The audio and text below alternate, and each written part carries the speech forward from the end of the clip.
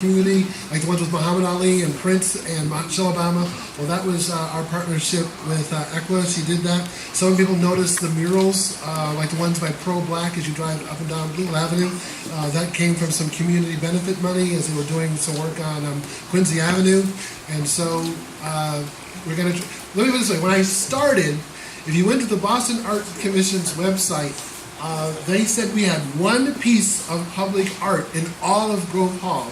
And when I would talk to the commissioner, they would say, well, Ed, can you help us find some African American artists? We're always reaching out, but we can't seem to find anybody. So I sort of took that as a mission to try to increase the public art in the neighborhood and to make sure that when these RFPs and stuff came out, that they got to the larger arts community. So anyway, so that's why you see some of those changes. This is where it comes from. So next, I'm going to have Bob Hector come forward, another of our board members.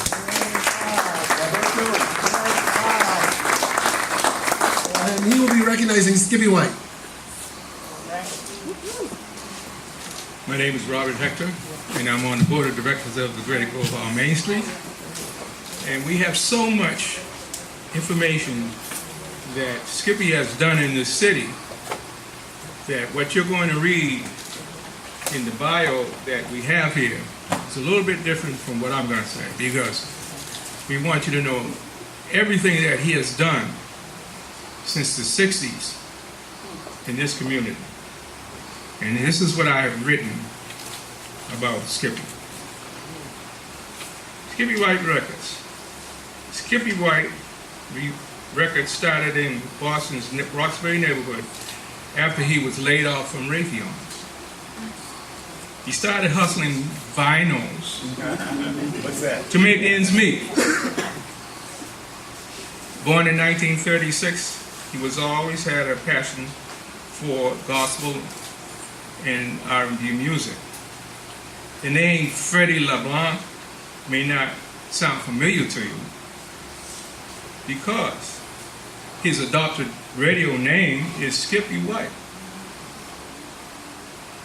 And he's been a DJ on WILD, and he was the first to play black music on WILD. Skippy named his first store Mass Records, the home of the blues at 1820 Washington Street. He survived the riots of 1967 to 1968 with the assassination of Martin Luther King, remaining a respected proprietor in the neighborhood, especially a black-dominated neighborhood. Skippy was there.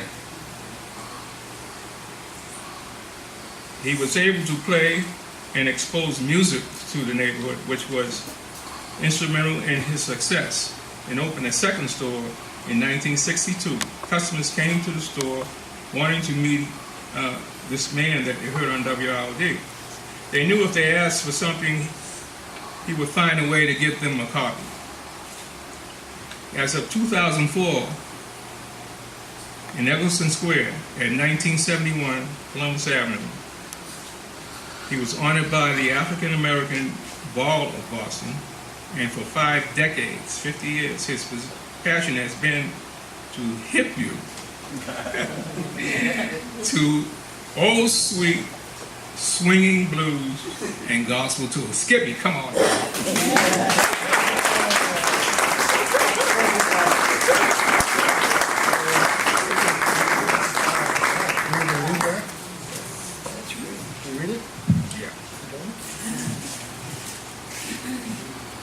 From the Greater Grove Hall Main Streets for your significant contribution to the economic vitality of the Greater Grove Hall community. Skippy White, DJ, entrepreneur, and evangelist for the African American music within this community. Thank you, sir.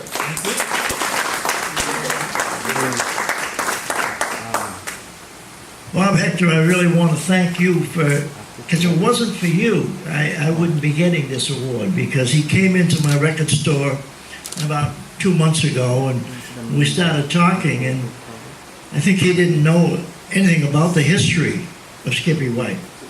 He knew that I had a store, he had heard of me, he knew I was on the radio, but he didn't know some of the particulars that he's just given you. And one of the things that is not in the bio, nor did he mention, is the fact that I always seem to be in the right place at the right time. In 1961, I started at WILD when they were playing Frank Sinatra and Dean Martin music. And the owner of the station gave me a 2-hour rhythm and blues program, which then extended to Sunday, and eventually extended to the whole station started playing more black music. Then they hired people like Wild Man Steve, Jimmy Early Bird.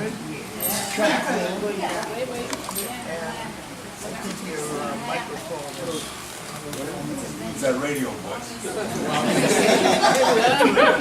Just talk. Oh, we got it. We got it. We got it. We're back on. So we're back on the air. And the other thing I wanted to mention, not only starting in 1961 at WILD and starting something new with the fact that we had never had a black radio station up until that time. And then after I left the station at the end of the 60s and started working at a couple of other radio stations, then in the beginning of the 80s, it was time for a full-time gospel radio station, which Boston had never had. Well, we got together with David Adams, Paul Cooper. Am I talking too loud? And we had what we called the first full-time gospel radio station, 74 CAS, your inspiration station, we called it, later on known as WLVG, which stood for We Love Gospel. And now, it seems again, I'm at the right place at the right time, because I'm on a new black formatted radio station called the Urban Heat, WCBR, at AM 1410 and 98.1 FM. So if you get a chance, tune in. There's great programming all during the week. In fact, we're on 24 hours a day, 7 days a week. I do two programs during the Sunday morning. I do the gospel train from 7 to 10. Saturday mornings, I play the oldies on the time tunnel from 8 to 11. So I hope you get a chance to tune in then.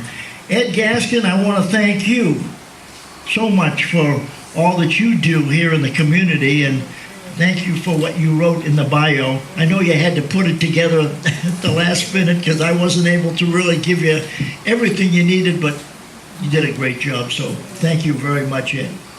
And thanks, everybody. I just really never expected this award, but thank you so much for it. And I hope you get a chance to listen to the new station. Thank you.